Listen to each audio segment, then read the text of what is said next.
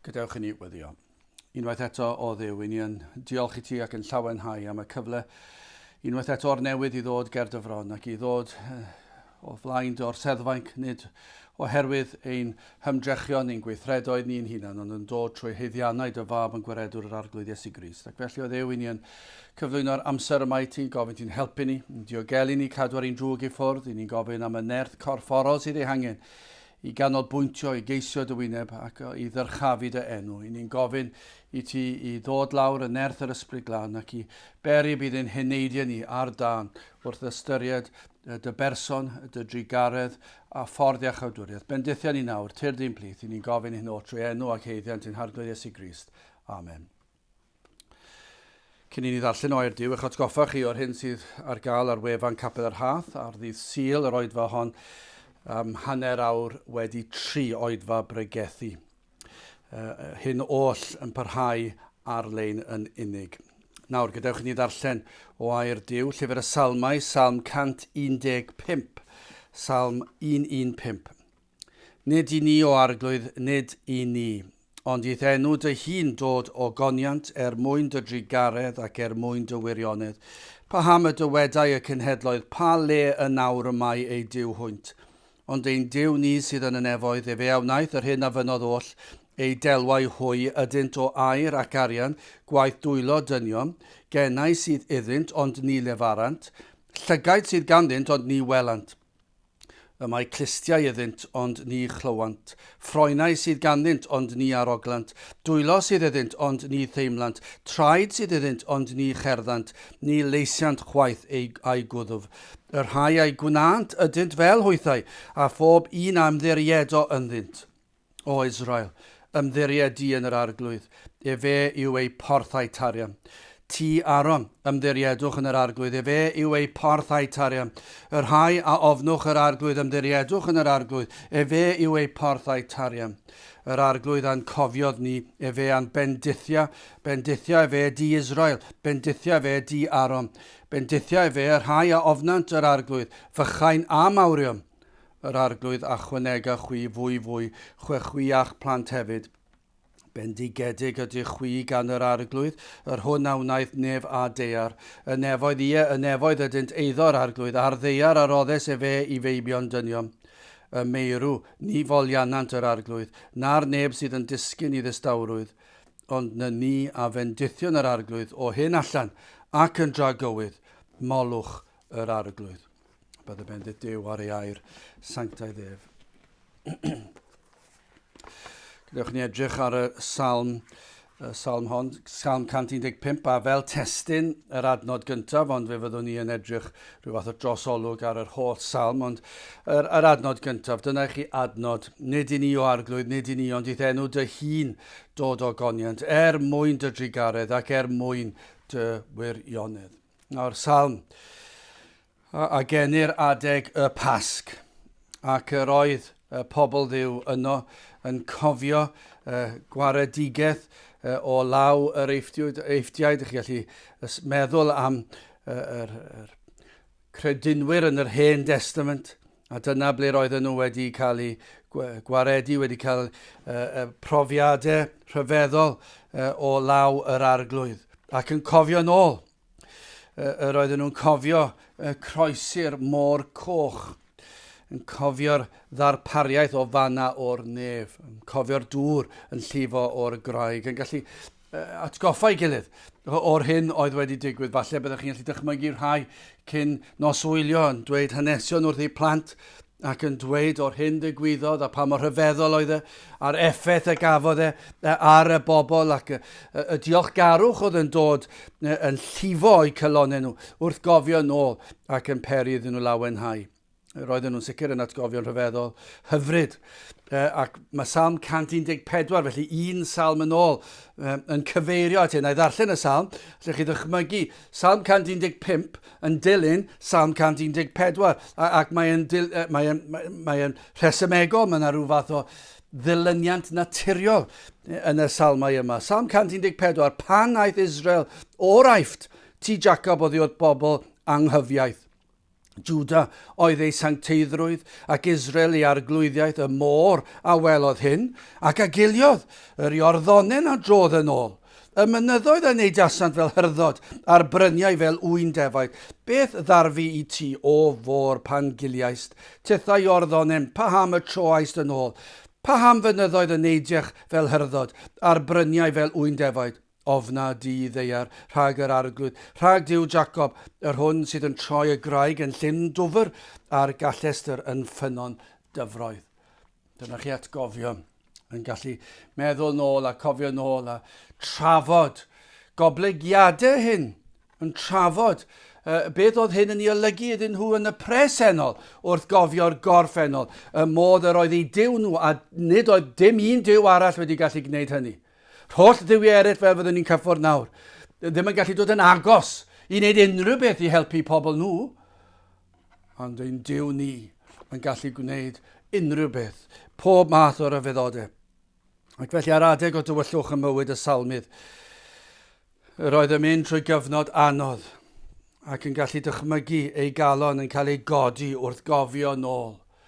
Yn cofio nôl, rwy ti wedi gwneud y pethau hyn yn y gorffennol. Ac mae yna elfen yn y cofio, mae yna ddeheu, oes, mae yna ddeheuad yng nghalon y salmydd am fwy o hynny. Mae e'n deheu i cael gweldyddiau felly unwaith eto, o weld llawer arglwydd waith eto, fel a fi. Nawr, roedd yn byw mewn cyfnod pan yr oedd y byd yn gweiddi. Dyma oedd yn wir, yr ail adnod, i chi gallu gweld yn y Salm 115, paham! Na chi gallu teimlo yr angerdd yma, y teimlo'r dwyster yn ei galon. Paham y dywedau y cenhedloedd. Pa le y nawr y mae ei Duw hwynt.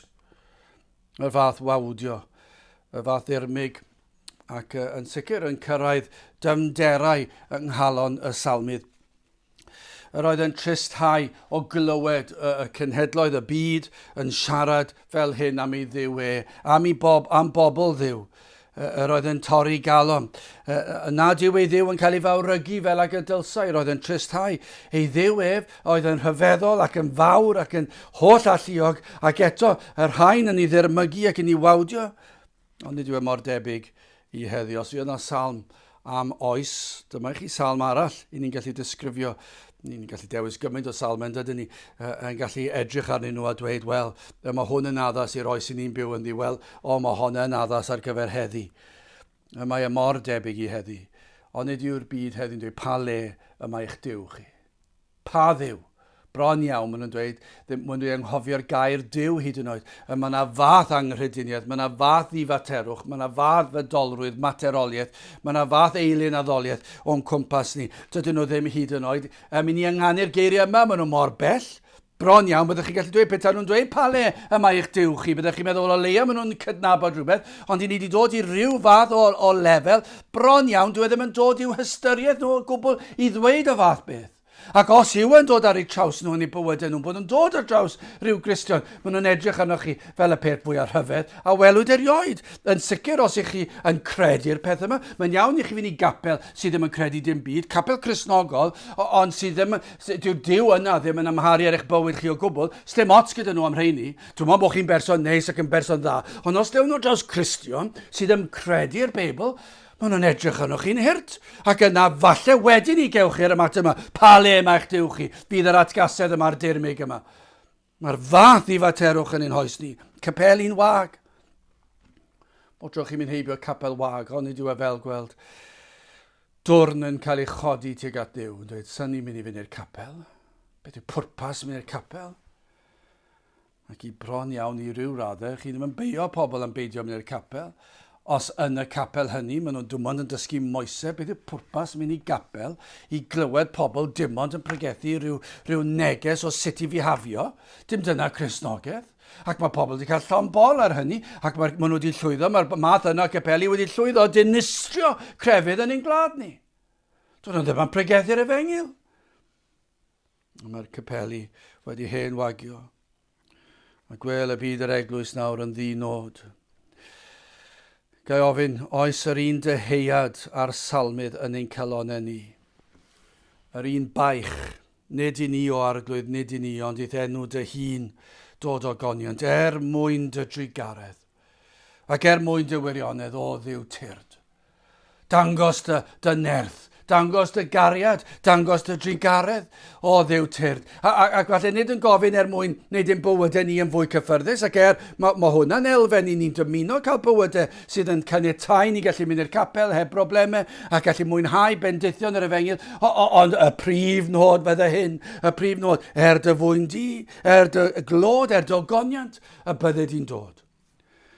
Wel, yn gyntaf, hoffwn i edrych o'r Salm yma, y disgrifiad o Duw y byd yma, yna Duw y nefoedd ac yn drydydd ac yn olaf at bwy yr ewch chi, at ba Dduw y trowch chi. Wel, yn gyntaf, Duw y byd yma, adnod, y bedwaredd adnod, ei delwau hwy ydynt o aur ac arian, gwaith dwylo dynion.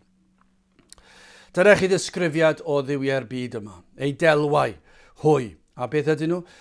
O aur ac arian, gwaith dwylo dynion.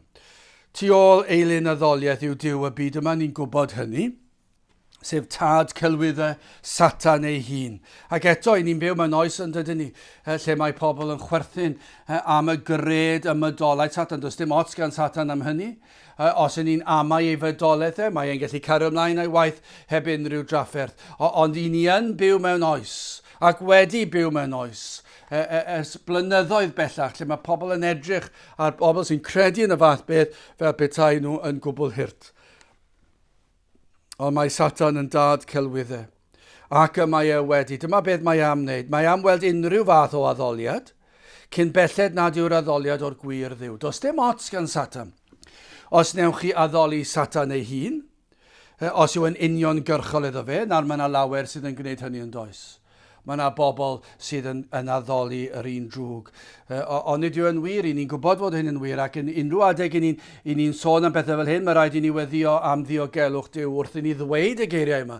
Ond i ni'n gwybod fod hyn yn wir, i ni'n clywed amdanyn nhw mewn mannau ar hyd a lled o wlad lle mae yna bobl sydd yn hyd yn oed yn plygu lawr ac yn addoli Satan. Mae rhai cyneuon pop os ych chi'n chwarae'r hen recordiau nôl, a mae'n afiach, mae'n frawychus. Yr addoliad o Satan, y geiriau o addoliad o Satan sydd pan i chi'n chwarae fe tuag yn ôl, mae'n ofnadw, mae'n frawychus. Mae'n ddieflig, mae'r effaith mae'n cael. A pa mor bell mae hynny'n mynd, mae'n codi braw ar rhywun. Ond os gall Satan cael hynny, fi'n siŵr bod yn ddigon fodlon dy hynny, os yw pobl yn ei addoli fe yn union gyrchol. Ond dyw hwnna ddim yn fater o bwys mawr iddo fe. Fe fydd e'n falch os yw pobl yn ei addoli fe yn union gyrchol. Ond yn anunion gyrchol, trwy addoliad o grefyddau eraill. Hynny yw unrhyw addoliad nad yw yn addoliad o Dduw ac yr addoliad yn y ffordd gywir. Hyd yn os ni'n dweud bod ni'n addoli Duw Israel, os nad ni'n addoli Duw Israel yn ffordd gywir, fel oedd pobl yn yr Hen Testament yn addoli fel yn addoli Baal, yna mae Satan yn hapus. Addoliad ffals, addoliad o diwiau ffals, mae e'n fodlon i fyd. Crefyddau eraill, diwiau eraill, o wneithuriad a dychymig dyn, wrth gwrs wedi cael ei help ac y syniadau wedi cael ei gosod yna gan yr un drwg ei hun, ond i ni'n gwybod mae addoliad ohono fe ydynt yn y pen draw. Ac mae Satan am rwystro unrhyw addoliad o'r gwir Dduw. Dyna pan ni'n gweld yn hanes yr eglwys y fath erledigaeth pa mae yna fendith, pa mae yna ddiwygiad, y fath atgasedd tuag at bregethu y gwir efengil. Mae fel petai math arall o grefydd, o bregethu, o addoliad yn mynd heb drafferth. Ond pan mae'n dod i'r gwir addoliad, gwir bregethu, mae yna ymysodiadau yn does.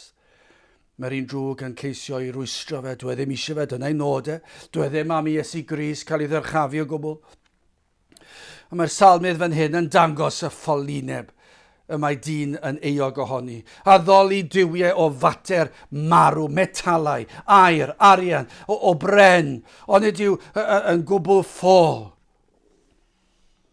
Bod un sydd cymaint uwch na pren neu air neu fetel. Mwy na mater marw. Ein bod ni yn addoli rhywbeth sydd yn is na ni. Mae'n dweud, mae'r peth yma'n gwneud synwyr. I chi bod yn addoli rhywbeth i chi wedi creu gyda'ch dwylo chi. Dwi ddim yn gwneud synwyr. Mae'n hirt. Pumed adnod gennau sydd ydynt o'n ni lefarant, llygaid sydd ganddynt o'n ni welant. O, mae'n parhau gyda'r ffolineb yma o addoli diwiau, ei lunod na allant gyfathrebu. Mor ddall, felly yw yr addolwyr os addolan Dduw sydd yn ddall. Os ych chi'n addoli Dduw sydd ddim yn gallu gweld, mae'n dangos i chi pa mor ddall i chi, pa mor ffôl i chi. Mae'n dangos pa mor ffôl i chi os ych chi'n gweddio diwiau na dydynt yn gallu clywed. Mae'n anhygoel. Mae pobl yn gweddio lan i rywle yn y gobeith a does dim ateb i weddi. Dydyn nhw ddim yn gwybod beth yw ateb i weddi. A maen nhw'n parhau i weddio ac yn gweddio i ddarno air, i ddarno fetel, i ddarno arian, i ddarno bren neu beth bynnag yw, i'r hael, beth bynnag. A maen nhw'n gweddio does dim ateb i weddi. Ofergoeliaeth. Mae'n anhygoel. A mae'n dangos y twptro, mae'n adno 6, a mae clistiau ddynt, o'n i chlywant, mae'n dangos ffolineb. Os ych chi'n mynd ymlaen, os ych chi'n offro mi arogl darthau i ddiwiau, na, ellir aroglu ffroenau sydd ganddynt, ond ni aroglant. I chi'n llosgu'r peth yma mwyn cael yr arogl darthau yma i godi, ond dydy'r delwau yma ddim yn gallu aroglu nhw. Mae Spurgeon yn dweud am ffolineb plygu Dduw sydd yn wanach na baban. Adnod 7, dwylo sydd iddynt ond ni theimlant, traed sydd iddynt ond ni cherddant, ni leisiant chwaith a'i gwddwf. Y fath ffolineb i addoli Dduw nad yw yn gallu codi ei hun i'w allor. Y mae baban bach sy'n newydd ddechrau cropian a gallu codi ar ei o'i bengliniw draed a gallu codi rhywbeth o'r llawr. Ond dydy'r delwau yma ddim yn gallu mynd i'w allor nhw. Mae rhaid nhw cael help rhywun i'w codi nhw a'i gosod nhw ar yr allor. Mae'n dweud beth i chi wneud yn addoli'r fath Dduw? Fod y pryfyn lleiaf yn fwy pwerus na'r delwau yma. Nad oes nerth ganddynt i gwyno, i gael rhyw ebychiad. Does dim byd yn dod o'i gennau nhw.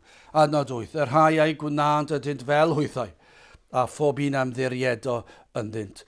Ond nid yw y sawl a'i gwnaeth yn ffyliaid. O heddi, ni dal yn gweld rhai yn addoli ei lunod fel rhain, ond nid oes na lawer yn ein gwlad ni, mae e'n digwydd, a mae'n gwledydd ar draws y byd y mae pobl yn parhau i wneud hyn, yn addoli ei lunod o bren, o fetalau. Ond hefyd, ni'n gwybod beth yw yn ein gwlad ni, o addoliad o fateroliaeth, o'n tai ni, o'n ceir ni, o'n heiddo ni. Ond nid yw yn wir falle gellir dweud mae'r eilyn addoliad fwyaf yn ein gwlad ni yw'r addoliad o'r hunan. A mae hwnna'n eilyn addoliad, ni'n gweld yr oriau o falu am ein hunan ni. Mae'n grefydd ond yw e. Pan ni'n meddwl am beth yw gwir grefydd, fe ddylwn ni'n rhoi yn bywydau i Grist, i'w geisio fe, i'w addoli fe, i'w ddyrchafu fe, a i'w blesio fe, ac i ddarllen amdano, ac i siarad ag ac i rhodio gydag ac i'w blesio fe, ac i ddod i ymgynnull gydag eraill i'w gyd addoli. Mae'n cymryd amser ond yw e, mae'n cymryd ein bywydau ni gyd, mae'n cymryd pob eiliad o'n bywydau ni. Ond onid yw'n wir, onid yw'n ddisgrifiad o'r byd, o'r eilyn addoliad o'r hunan. Chi'n gweld, mae'r oes i ni'n byw ynddi o'r gofal o'n cyrff ni. I chi'n gweld pobl, mae e wedi mynd tu hwnt i bob reswm yn diwe. A mae pobl yn treulio oriau yn y gampfa. Dyna lle maen nhw'n codi pwysau, yn cerdded ar y peiriannau yma, ac yn anrhedeg ar y peiriannau yma, ac yn cael y beic, ac yn defnyddio'r beic, ac yn mynd rownd a rownd a rownd. Dyw pobl ddim yn defnyddio'r beic nawr i fynd o A i B yn gyflym, ond maen nhw'n defnyddio'r beic nawr. Falle ddim un o'n mynd ar gen beic go iawn, maen nhw'n mynd i'r gampfa, neistedd ar ryw declyn ac yn mynd ar y beic, ac maen nhw'n treulio checio eu hamser nhw, pa mor dda maen nhw wedi wneud, ac yna maen nhw'n mynd nôl i'r pwysau, ac yna maen nhw'n mynd i nofio am hanner awr fach efallai, neu falle mynd am redeg a loncian ar hyd y ceiau, ar hyd y strydoedd, ac maen nhw'n neud y bob dydd. Chi'n gweld, mae fel crefydd ond yw e. Dyn nhw ddim yn colli'r un sesiwn yn y gampfa. Maen nhw'n neud yn siŵr bod nhw'n maen nhw'n cyd addoli gyda pobl eraill yno. Maen nhw'n treulio arian, maen nhw'n rhoi cyfran fawr o'i cyflog nhw i'r campfeidd yma, i'r offer sydd angen, i'r gwisg sydd angen. Maen nhw eisiau edrych yn iawn, ac yna maen nhw'n checio'u cyrff nhw, maen nhw'n cael y drych, maen nhw'n checio bod y siap y corff wedi cyrraedd i'r man hynny, maen nhw'n gwbl hapus ag maen nhw'n eisiau neud yn siŵr nad oes gormod o fraster, maen nhw eisiau cael braster, dim gormod o fraster, maen nhw'n treulio oriau yn darllen llyfrau, a pa fwydydd i fita, pa ddiodydd i yfed, ac yn y blaen, ac maen nhw'n gwneud yn siŵr, maen nhw'n llenwi cyrff gyda'r pethau yma, ac yna, ar ôl gwneud yr holl waith yna, o'r addoliad o'r hunan, yna maen nhw'n mynd i'r siop trin gwallt, a maen nhw'n treulio lot o arian yn siop trin gwallt, neu'n siŵr bod nhw'n mynd yna i cael yn union yn y fath o arddull maen nhw eisiau dda fod. Ac yna, llawer yna, chi'n gweld, falle chi'n gweld yn enwedig ar y penwythnos, y colir, mae'n anhygoel. Gweld rhai pobl, chi'n gweld nhw bob dydd yn yr wythnos, ac maen nhw'n edrych yn gwbl dderbyniol ac yn iawn ac yn y blaen. Ac yna chi'n gweld nhw, falle bod chi'n mynd allan am bryd o fwyd, ac yna gweld ar y nos Wener, a falle bod chi wedi nabod nhw y tro cyntaf. Maen nhw wedi peintio eu gwynebau nhw, dydyn nhw. Maen nhw wedi gwneud rhywbeth i'w llyged nhw, maen nhw wedi gwneud rhywbeth i'w lliw y croen nhw, mae'r gwefusau nhw liw arall, ac bron iawn, maen nhw rhyw drawsnewidiad llwyr wedi digwydd, ac maen nhw wedi peintio gwynebau pob math, maen nhw wedi treulio 2-3 awr efallai, yn ymbaratoi i fynd allan, ar addoliad o'r hunan, beth sy'n drist ond yw i fynd ar drywydd chydig bach o wahanol, yr oedd y math yna o beth. O pentyrru'r colir ymlaen, o ges i fy magu, o gyfnod o rieni oedd yn gallu dweud wedi dod o'r byd ac yn edrych ar gymaint o bethau fel bydolrwydd ac wedi ymwahanu o hynny. Ond byddech chi ddim yn mentro dweud hynny heddi. Byddai'r mwyafrif o Gristnogion sydd yn o bobl sydd yn mynd allan yn treulio'r oriau i ymbaratoi, ymbincio i fynd allan. Ac i un o fentro, a di hwnna'n fydol? Wel, na trola dwi'n gwrando ar y bregaeth yna, trola dwi'n gwrando ar pregaethwr sydd yn crybwyll y fath dwptra. Wrth gwrs bod yn iawn i ni addoli'n hunan ac i wneud yn hunan edrych yn bert. Allai ni fynd mlaen. Mae yna eily'n addoliad o'r hunan yn rhemp yn ein gwlad ni yn does. Yr oriau, yr punnoedd, yr arian sydd yn cael ei wario arnom ni ein hunan, a'r breuddwydio am bethau'r byd, a'r dyheu am bleserau'r byd. Mae yna rhyw fath o eily'n addoliaeth yma gwahanol falle i'r un traddodiadol o feddwl amdano bren ac darno air, ond yr union i'r peth. Mae yna rhyw grefydd arall yn does. Mae pob un o'r diwy yma. Nid oes ganddynt glistiau i'w wrando, llygaid i'w weld. Chi'n gallu gweddio i'r peth yma. Am gymorth mewn angen, wrth groes i'r afon, wrth gamu o fyd amser i dragwyddoldeb. Mewn profedigeth, mewn tristwch, mewn ofnau. Dydy'r diwiau yma ddim yn gallu helpu o gwbl. Ac eto, dan arweinyddiau Satan, maent yn ymddangos fel ei bod yn ennill y dydd. Mae'r cryfedd yma, maen nhw mor bwerus. Maen nhw mor llwyddiannus yn ein hoes ni. Da i ofyn, sut i ni'n teimlo am hyn? Nad yw Duw yn cael ei anrhydeddu. Nad oes digon o ran nifer o ddilynwyr y gwir y Dduw i greu rhif yr ydym yn ei adnabod. Petawn ni'n rhoi canran. Dwi ddim yn fath ymategydd a dwi ddim yn gallu meddwl am rif ddigon bach. Fydde yn gwneud synwyr i ddisgrifio beth yw gwir grefydd yn ein gwlad ni. Doedd hynny ddim yn wir, ond mae yn wir bellach. Doedd ddim un o'n rif i ni'n nabod o ran canran, o bobl sydd yn wir yn addoli Duw mewn ysbryd a gwirionedd a pharchedig ofn. Bach o ran nifer, ond hefyd bach o ran dylanwad i ni'n wan ar y gorau. Ac yna'r fath dristwch mae'n peri ni fath ei llugrwydd bod yr byd yn gallu dweud pa ham y dywedau cenedl, pa le nawr yma ei Duw hwynt. Maen nhw'n troi ato ni ac yn dweud ble mae eich Duw chi. Drychwch arno chi. Ac i feddwl bod eu helunod nhw ddim yn gallu clywed, ddim yn gallu gweld, ddim yn gallu arogli, ddim yn gallu ateb gweddi, ddim yn gallu gwneud dim. A mae'n Duw ni mor wahanol, ac yna mae'r byd yn edrych arno ni, ac yn chwerthin arno ni, ac yn gweld ni falle mynd i'r capel, ac yn gweld ni mynd i'r cwrdd gweddi, ac yn meddwl, beth yn y byd ych chi'n neud yn mynd i cwrdd gweddi? Beth chi'n neud mewn cwrdd gweddi? Dyn nhw ddim yn gallu ymgyffred y peth, ac maen nhw'n meddwl am y peth fel peth mwyaf hirt dan yn y byd i gyd i wneud, i feddwl eich bod chi yn gwastraffu gymaint o amser chi. Tra bod i crefydd nhw mor llwyddiannus, mor gadarn. Llawn pleser, llawn chwantau, llawn rhyddid i neu be bynnag i chi moyn. Dyna chi grefydd. Yr addoliad o'r hunan, yr addoliad o fateroliaeth, yr addoliad o dduwiau eraill. Mae Duw y byd yma wedi dallu. y cynhedloedd a'r genhedlaeth hon. Wel, gadewch ni symud ymlaen. Beth am i ni edrych yn ail ar Dduw y nefoedd. Adnod 3. Ond ein Duw ni sydd yn y nefoedd. Dyna chi wahaniaeth. Ni wedi disgrifio, ac fe fyddwn ni'n disgrifio y diwiau yma eto, ond ni'n edrych ar ein Duw ni. Ein Duw ni sydd yn y nefoedd. Fe a wnaeth yr hyn a fynodd oll. Dyna chi wahaniaeth. O mor wahanol yw Duw y Salmydd, ein Duw ni. Hawdd y dyddiau fel hyn, i ni'n byw yn ei teimlo'n isa, mae mor hawdd yn Duw ac yn yr cyfnod yma o'r salwch i ni wedi gweld ar hyd a lled gwledydd y byd ac i weld yr ymateb, y diffyg ymateb cywir y dylse fod wedi bod. Ac mae'n hawdd i ni i deimlo'n isel yn ddinod yn anobeithiol ar y degau falle, ond yna cofiwch sut i ni yw ein Duw ni. Ein Duw ni sydd yn y nefoedd, ac y mae dal yn y nefoedd, ac y mae ar ei orsedd wedi ddyrchafu, ac y mae tu hwnt ein meddyliau mwyaf hyd yn oed. Dyna'n Duw ni. Mae beth bynnag i ni'n gallu meddwl amdano a dychmygu amdano, y mae uwch hynny. Nid oes un dyn yn gallu ymgyffred mawr ydyw, y mae e'n holl alluog. Dyna chi'n Duw ni. Mae wedi profi ei fod yn holl alluog. Nid geiriau yw'r rhain. Mae'n rhwydd i falle rhywun sy'n eistedd lawr a gwrando, fi wedi clywed y geiriau yna holl alluog. Ond mae'n Duw ni wedi profi ei fod yn holl alluog. Darllenwch yr gair Duw, darllenwch hanes yr eglwys, darllenwch hanes y byd, a fe welwch chi, ôl llaw Duw, y Duw sydd yn holl alluog. Does dim cymhariaeth a'n Duw ni a'n Duw nhw.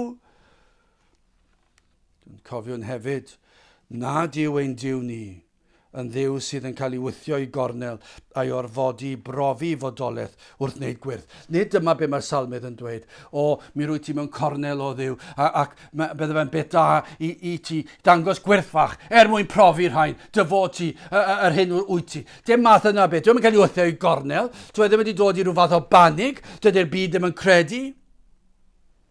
Be mae'n dweud, mae'n Duw ni yn abal i wneud yr hyn a fyno, pa bryd yno. Ond ein Duw ni sydd yn y nefoedd, fe wnaeth yr hyn a fynodd oll. Nid yw ein Duw ni yn methu mewn unrhyw un o'i bwrpasau.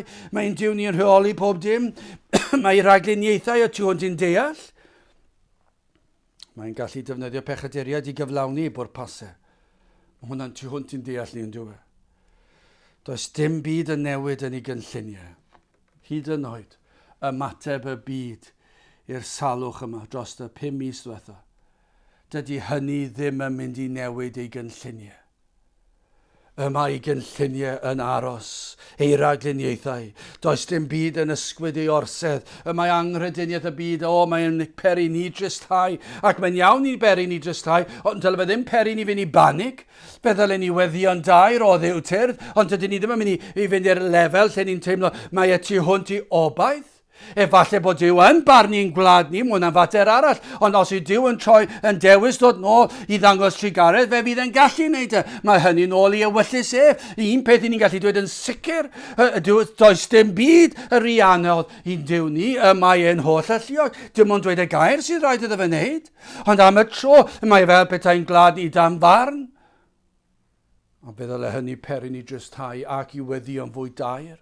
Ac i bledio'n Duw tyrd nôl, nid mwyn ni, ond dy fwyn di, dy glodi, ond yna yw ein cymhelliad ni. Does dim byd yn ysgwyd gorsedd yr arglwydd. Mae'n Duw ni yn Dduw datgyddiedig. Dyw e ddim yn gynnyrch dychymyg dyn fel ei diwio nhw o air ac o arian. Mae'n Duw ni yn Dduw sydd wedi gweithredu yn wirthiol. Yn Dduw sydd yn ateb gweddiau. Dyna i chi wahaniaeth. Mae yn ateb gweddiau hyd yn oed ni yn bersonol, pobl sydd yn gwbl ddinod. Mwyafrif o pobl ein gwlad ni heb clywed amdano ni nagyn. Ond mae Duw wedi'n clywed, a mae'n clywed ein gweddiau ni, ac yn ateb ein gweddiau ni nôl ei bwrpasau ef. Mae'n holl alluog, mae'n holl bwerus, mae'n holl wybodus. Jeremia 23 adnod 24, a lecha un mewn dirgel leoedd, fel nas gwelwy fi ef. Dwi'n yn bosib medd yr arglwydd. Ond nid ydw i fi yn llenwi y nefoedd ar ddeiad medd yr arglwydd. Dyna yw ein Duw ni, mae'n llenwi'r nef ar ddeiad. Does dim byd yn guddiedig o'n Duw ni. Am ddadl i ddadlau gyda'r arglwydd. A dyma falle beth sydd eisiau ni'n ei mwy ohono, fel y Salmydd. Fel ein tadau mewn cyfnodau cyn diwygiadau, roedden nhw'n gwybod sut i ddadle gyda'r arglwydd. A pan ni'n sôn am dadle, does dim byd amharchus fan hyn. Mae yna parchedig ofn yma, ond mae yna ddadle ysbrydol parchus. Falle dyna beth sydd eisiau, dim falle, dyna beth sydd eisiau. I ni ddysgu sut i ddadle gyda'r arglwydd. Nid i ni o arglwydd, nid i ni ond i'th enw dy hun. Dod o goniant, mwyn dy drigaredd, ac mwyn dy wirionedd, o tyrd. Mae fel petai'r salmydd yn dadlu achos ar sail rhinweddau'r arglwydd. Nid i rhinweddau fe. Petai yn dweud, ar sail pwy ydw i, dwi wedi bod yn was i ti ers blynyddoedd, dwi wedi cyhoeddi dy air yn ffyddlon ers blynyddoedd, ac ar sail hynny, na fydde di'n dod, fydde dim gobeth o fe. Dwi ddim yn heiddi hynny, a does dim un ohono ni'n gallu dweud dim byd o'r fath. Dydyn ni ddim yn gallu pledio'n gweithredoedd ni, dydyn ni ddim yn gallu pledio'n ffyddlondeb ni, ni ddim yn gallu dweud ni wedi mynd i capel bob sil, ni wedi mynd i capel ac addoli yn y ffordd gywir. Does dim byd ohono'n gallu dod fel dadl gerbron yr arglwydd, achos mae'n gorau ni fel bratiau bydron yng ngolwg yr arglwydd. I ni'n dod mor fyr o'i ogoniant ond mae'r salmydd yn pledio ac yn defnyddio'r rhinwedd yr arglwydd, ei ogoniant ei anrhydydd mae'n atgoffa'r arglwydd o'i ogoniant ei hunan, a'i anrhydydd Fe bledio gan fod y byd yn dywyll, yn ymddwyn fel petai wedi gorchfygu Duw, fel petai yn dweud pa mor hir o Dduw. Pa mor hir wyt ti'n mynd i ganiataeth enw gael ei dramgwyddo ei ddilorni. Pa mor hir. Ydych chi'n teimlo felly heddi? Fod y baich yma, Dduw, pa mor hir. 1914 oedd y diwygiad diwetha, ac i ni nawr yn y flwyddyn 2020. Mae'n anhygoel, fi'n cofio pan oedd hi'n 2004 a teimlo rhyw deimlad rhyfedd bod canrif wedi mynd ers y diwygiad diwetha yng Nghymru. Nawr i ni wedi cyrraedd y flwyddyn 2020 a fydd cyn bo hir fydden ni'n troi blwyddyn arall ac i'n meddwl beth sy'n digwydd. Ac mae'r byd, dim dwi'n meddwl gwlad ni'n byd wedi cael profiadau ysgytwol yn ystod y misoedd diwetha ac i ni'n edrych yn bellach i ffwrdd nag oedden ni o'r blaen. A ni'n teimlo pa mor hir o Dduw, pa mor hir wyt ti'n mynd i ganiatáu i ddenw gael ei dramgwyddo i bobl dan wybyddu di. Pledio rhaid i Dduw gael ei ddyrchafu ac i gael yr holl fawl a'r holl glod. Cyhoedd ar y salmydd mae un trigarog yw ei Dduw Mae'n dadlau gyda Duw, os na fyddi'n dod a bendithio, dyna chi ddadl, bydd y byd yn meddwl nad wyt yn trigarog. Mi rwyt ti wedi dweud y fod ti'n trigarog i'r blant. Dangos trigaredd. Dydyn ni ddim eisiau neb i feddwl yn ddrwg wrth enw di. Dyna chi mae'n dechrau dadlau nawr, mae'n mynd i dymderoedd y ddadl yma. I rwyt ti'n Dduw trigarog, dangos y trigaredd eto, ymestyn allan dy fraich a chibol unwaith eto. I'n gwlad ni, dydyn ni ddim yn heiddi fe. Ni wedi troi cefn, ni wedi gadael i'r capeli dod ar hyddfrydiaeth i mewn a pregethu crefydd sydd yn tynnu'r goruwch naturiol allan, tynnu'r efengil allan. Maen nhw wedi rhwygo'r holl efengil allan o grefydd Cristnogol yn ein gwlad ni, ac maen nhw wedi dynistio crefydd. Ac yna maen nhw wedi dweud mae gweithredoedd ein hunan sydd yn lleso. A dim ond dod i'r capel o dro, gewch chi fyw fel y mynwch chi. Ac yna beth i ni wedi gwneud yn ein capeli ni. Y rai sydd yn efengiledd. Mae rai dod o'r cyneuon bach plentynnaidd i blant ac y tonau bydol ac cerddoriaeth bydol ac yn gallu gwisgo fel y mynwch chi ac gallu gwneud pob math o bethau ar y nos Wener, y nos Sadwrn. Beth sydd wedi digwydd? I ni wedi caniatáu'r pethau hyn. Ond beth i ni fod i wneud fel pobl Dduw? Dduw, dangos dy drigaredd. Hyd yn oed i capeli efengiledd yn glas i wedi troi cefn tuag at y ti ac wedi mynd at addoliad y byd. Beth i ni'n neud? Dduw, paid a delio ni yn ôl ein heiddiant, dangos trigaredd i ni. Na fydde di'n dod. Mi rwyt ti yn Dduw sydd yn trigarog. Mae'n atgoffa. Mi rwyt ti Dduw yn Dduw trigarog. Mae'n dadlau gyda Dduw. Paid a gadael i neb, paid a gadael yr eglwys fodern anghofio hyn. Mi rwyt ti'n Dduw ffyddlon. Na fyddi di'n dangos i'r byd y ffyddlondeb i ddair. Ti wedi addo bendithio. Ti wedi addo ateb gweddi dy blant. Ac ni'n gwybod y fod ti'n nabod.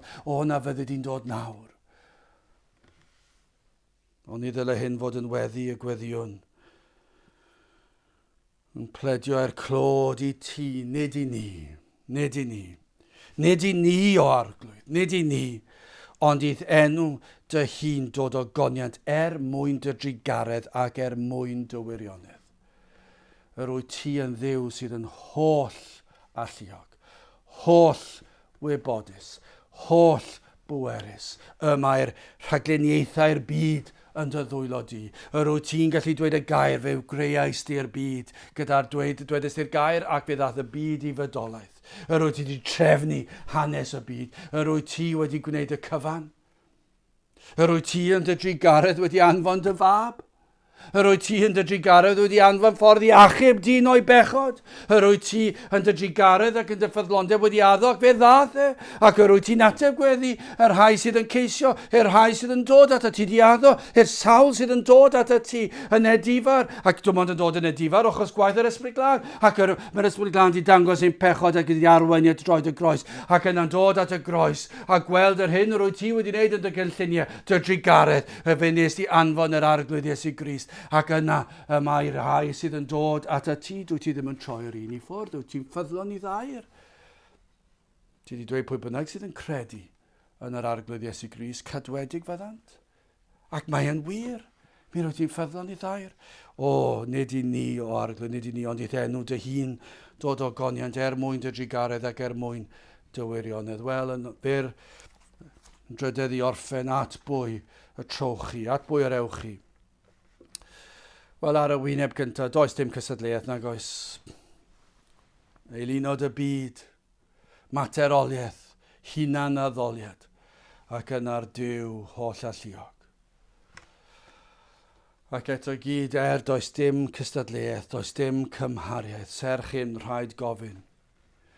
Rhaid gofyn y cwestiwn at bwy yr ewchi, achos mae'r mwyafrif wedi troi at eilunod y byd. Y rheswm am hyn yw gan fod Duw y byd yma Satan wedi dallu llygaid y neidiau. Nad oes modd bellach iddynt weld na deall. Ond ein gobaith fan hyn yw os yw'r Ysbryd Glân ar waith, os yw wedi dechrau agor llygaid eich enaid, na fyddech chi nawr. Falle rhywun sydd yn gwrando, yn eistedd i fyny ac yn dechrau gwrando, falle wedi clywed sawl gwaith, ond yn gwrando am y tro cyntaf. Na fyddech chi'n gwrando a gweld ffolineb eich ffyrdd. Cofiwch adnod 9. Os ych chi wedi dechrau gwrando. O Israel, ymddiried di yn yr arglwydd, fe yw ei porth a'i tarian. Ymddiriedwch yn yr arglwydd. Cofiwch yr hyn o llawnaeth.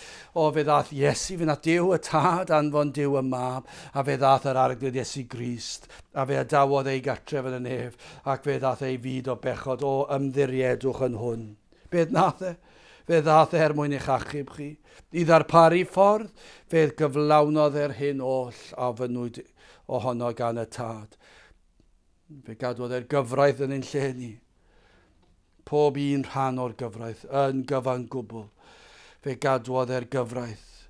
Os ych chi'n geisio'r heddi, nad owch chi at yr un sydd yn berffaith, sydd wedi cadw'r gyfraith yn eich lle. Gallwch chi ddim gwella'ch hunan, ond dewch at yr un sydd yn derbyn y rhai sydd yn dod ato yn edifar. Na fyddwch chi'n troi o'ch pechod. Na fyddwch chi'n cofio'r hyn llawnaeth Iesu Grist drosom ni ar y groes, ei fod wedi dod ar ôl cyflawni'r gyfraith a bodloni'r Tad. Fe gymerodd gosb am eich methiant chi, ac fe gymerodd digofaint a colledigaeth tragwyddol yn eich lle chi, ac mae wedi gwneud hyn oll eich mwyn chi. Na fyddwch chi'n dod ato. Os ych chi ddim yn Gristion eto, dowch at Grist. Israel, ymddiried di yn yr arglwydd, ymddiriedwch yn hwn. Fe yw eich porth a'ch tarian. Fe fydd eich amddiffyn chi o digofaint y Tad. Fe fydd eich gorchuddio chi. Fe fydd e'n rhoi o'i gyfiawnder i chi. Fe fydd eich maddau chi. Fe fydd eich golchi chi'n llwyr. Dyna chi darian. Fe fydd eich golchi chi'n llwyr lan. Ymddiriedwch yn yr arglwydd. Oherwydd y mae yn sofran. Y mae goriwch pawb a phopeth. Mae fel betai'r salmydd yn symud ymlaen at arweinwyr crefyddol. Mae'n hybu pob un ohono mi ymddiried yn yr arglwydd, ond mae'n fan hyn yn gweddio bydd arweinwyr crefyddol yn ymddiried yn yr arglwydd. I ni wedi anghofio hyn yn dydyn ni fel gwlad. Mae'n dweud tiaron ymddiriedwch yn yr arglwydd, fe yw ei porth a'i tarian. Mae'n fel beth ein atgoffa, os na adnod eto ar gyfer yr eglwys heddi, dyma i chi. Ond nid yw arweinwyr crefyddol ein gwlad. wedi anghofio gwir ymddiriedau yn yr arglwydd. Mae yna rhyw fath o, falle o gymhelliad cywir ar y cychwyn, neu falle mae'n anodd dweud yn diwedd. Falle ar y cychwyn, ond bellach mae wedi hen fynd. Mae pethau wedi mynd ar chwal. Ond falle ar y cychwyn, yr oedd yr capeli yma a'r arweinwyr crefyddol oedd yn cyflwyno'r addoliad ysgafn a'r bydolrwydd sydd wedi dod mewn i'r eglwysi. A'r pob math o bethau, a'r ymwahaniad o'r byd wedi hen fynd, a'r rhain wedi dod, a'r rheswm dan o fe'n gweld, dyw'r capel ddim wedi llenwi, ddim yn llawn bellach a beth oedd wedi digwydd, oedd yr hyddfrydiaeth wedi dod mewn pobl oedd yn gwadu unrhyw beth gorywch naturiol, a dim ond gweithredoedd dar oedden nhw'n ei bregethu, a beth nath hwnna gwacau'r capeli, ac yna fe nath yr eglwys Efengyledd falle dechrau panico ac dechrau teimlo beth i ni'n mynd i wneud i gael pobl nôl. Dwi'n plant ni, dwi'n pobl ifanc ni ddim eisiau dod i gapel. Mae'n ddiflas, mae'n hen ffasiwn beth am i ni fywio cair sefyllfa. Dydyn ni ddim yn ymddiried yn yr arglwydd i'w nerth i gallu dod â pobl ato ef ei hun. Mae'r rhaid i ni fod yn neiddio o tŷ Aron. Ymddiriedwch yn yr arglwydd. Efe yw ei porthau tarian, os yna rhywun sy'n gwrando, sydd yn arweinwr crefyddol, yn y weinidogaeth efallai, sydd yn caniatáu yr addoliad ysgam bydol yma, y gwisgo lawr yma, yr ysgamnhau yr addoliad, y disgwyliadau is, na fyddech chi'n edifarhau fel dylsen ni oll. Ac ymddiried yn nerth yr arglwydd, nid oes na elfen, pan ni'n gwynebu oes fel hon, i ni ymdrechu'n galed i trio gwneud pethau yn ein nerth ein hun. Wrth gwrs, mae rhaid i ni wneud pethau, ond yn wneud y pethau sydd yn dderbyniol yn ôl gair Duw, ac i fod yn ffyddlon i wairau. Ond rhaid cofio, Dduw, terdi, dim ond ti sy'n gallu ychwanegu'r fendid, dim ond ti sy'n gallu peri y bydd na ffrwyth yn dod. Terdi, Israel, ymddiried yn yr arglwydd, ti Aron, ymddiriedwch yn yr arglwydd, efe yw ei porthau tarian. Na fydden ni'n ame, ac yn stopio ame ein Duw ni. Falle bod ni'n credu nad yw Duw yn gallu delio ac anghrediniaeth modern. Ond mae Duw yn holl alluog, ac yn drigarog, ac yn ffyddlon, ac yn gallu dweud y gair. Fe allai ddweud wrth rhywun sy'n gwrando nawr efallai sydd yn gwrthod yr efengil ac yn meddwl bod diwio'r byd yma'n well. Fe allai ddod ac ar gyhoeddiad o bechod tra bod chi'n eistedd yn y gadair. Ac o'r llygaid yr enaid i weld eich pechod, i weld tragwyddoldeb, i weld colledigaeth, ac fe allai arwain eich enaid at droed y groes. Ymddiriedwch yn yr arglwydd. Yr rhai, adnod 11, yr rhai ofnwch yr arglwydd, ymddiriedwch yn yr arglwydd, efe yw ei porthau tarion. Ymddiriedwch yn yr un sydd yn gwbl ddibynadwy. Pam dylsen ni ymddiried ynddo fe? Wel, adnod 12. Yr arglwydd a'n cofiodd ni, efe a'n bendithia. Bendithia efe di Israel, bendithia efe di Aron. Mae hwn, yr arglwydd holl alluog, yn cofio pob un manylun, pob poendod, pob ofn, pob amheuaeth. Gwebu nifer y gwallt sydd ar ein pennau ni. Mae am bendithio, a 13, bendithio fe rhai ofnad yr arglwydd. Fychau na mawrion, dim os pwy ni, beth ydyn ni. Dewch ato rai mawr, rai bach, enwog, enwog, beth bynnag. Mae e'n drigarog ac mae'n addo bendithio tyrdd felly. Adnod 14, yr arglwydd a chwanego a chwi fwy, chwechwi a'ch plant hefyd. Dyna ddewyd. Ein plant ni falle bod rhai a phlant yn ei teuluoedd a nŵlid sydd wedi hen droi cefn ar yr arglwydd. Ond dyma'r ddewyd, yr arglwydd a chwanego a chwi fwy, chwechwi a'ch plant hefyd. Fedrwn ni mo'i hachub nhw, ond mae'r arglwydd yn gallu achub nhw. Mae e'n gallu dod ac adnod i'w cof nhw ac yn gallu dod ag argyhoeddiad o bechod. Fe all dod atyn nhw pan maen nhw yn y clwb, pan maen nhw yn y dafarn, pan maen nhw yn y gêm, pan maen nhw yn eu cartref ar fore Sul pan dylen nhw fod yn yr oedfa, pan maen nhw yn y gwaith ac yn meddwl pa mor dda ydyn nhw. Beth bynnag yw yn ei balchder, yn ei angrydiniaeth, fe all yr arglwydd ddod a felly dod a dweud y gair. Rwy ti'n eog, rwy ti dan gondemniad yr arglwydd, tyrd at Grist. A fe all wneud hynny. Nid i ni o Dduw, ond dy gogoniant di gwna hyn. Tyrd gweithio unwaith eto neu'n plith ni. Llenwa'r capeli unwaith eto. Tyrd lawr, tywat ysbryd. A mae ddewyd i'n hoes ni. Mae'n warth arno ni fel i blant. Nad ydyn ni'n ymddiried yn yr arglwydd fwy. Nad ydym ni'n dyheuedd o gael yr holl fawl a'r holl glod. Bod ni wedi creu rhyw grefydd arall.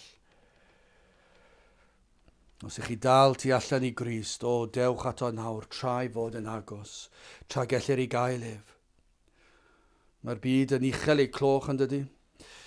O, mae'r byd yn uchel ei cloch. Yn ei hangrediniaeth a'i hanfoesoldeb. Mae yna ddathliad o angrediniaeth. Mae yna ddathliad o anfoesoldeb. Mae yna ddathliad o godi dwrn i fyny at Dduw yn ein hoes ni. O, na fydden ni yn uwch yn ein mawl o'n harglwydd. O, mae fel petai wedi peri ni fynd i'n cragen. Ond o, na fydden ni'n sefyll fel hyn dywed yr arglwydd. Fel hyn dywed yr arglwydd, dyma yw gair Duw.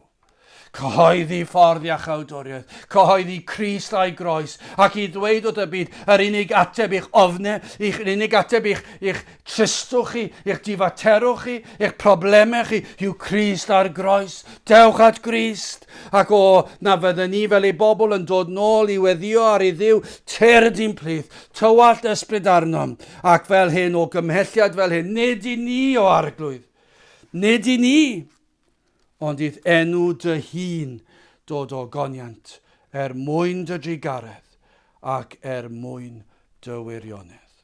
Gadewch i ni weddio.